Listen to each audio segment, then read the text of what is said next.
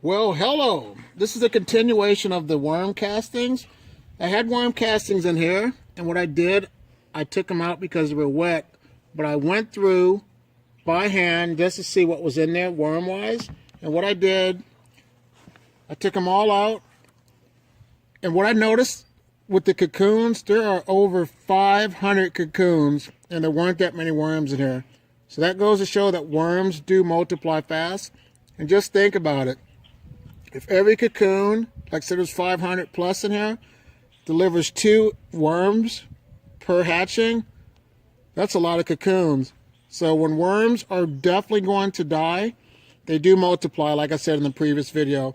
And here's what some of the worms that I have saved from my worm bin, from the castings, and that's definitely a lot of worms. So I'll probably have another 100 worms that I just saved in general. So look at that. And I kind of think too how they survived when it was still wet. There were still scraps of paper and probably pieces of some food scraps still left over, so they had stuff to eat. But I'm going to let this dry out, and hopefully these cocoons will hatch, and then when I sift it, finally sift it with this, it will save the other worms so I can put them back into my worm bin with my other worms.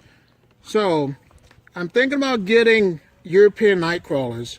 You leave a comment in the box below and let me know what you think about that. And I got a couple questions for my kids. Well, I think that worms are pretty amazing because they really help with the environment, and you could recycle your old food scraps like you've seen in previous videos of my dad's. And I just think it's amazing that this tote is really heavy, and you could recycle anything. At this average store you'd have to buy $10 for this stuff, but this is all free from reproducing our food. And so how much do you think this weighs? I'm gonna have to take an estimate. It is really heavy. Seriously. 10 pounds maybe. About 10 pounds. 10 pounds. And this was about 6 months of harvesting.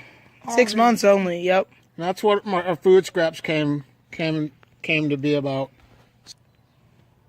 Well, my other son helped me to record, so I want to thank him for that. Yep. But it goes to show that with worms, they're amazing. Never underestimate what worms can do. So, with Earth Day coming around this Monday, think about ways to help the Earth become a better place. Find ways to reduce your waste that is going to landfills. Find ways to reuse your food scraps for your garden. And just, my boy wants to end it on this note. Don't be mean, be clean, and keep the earth green. You guys have a great day. Bye.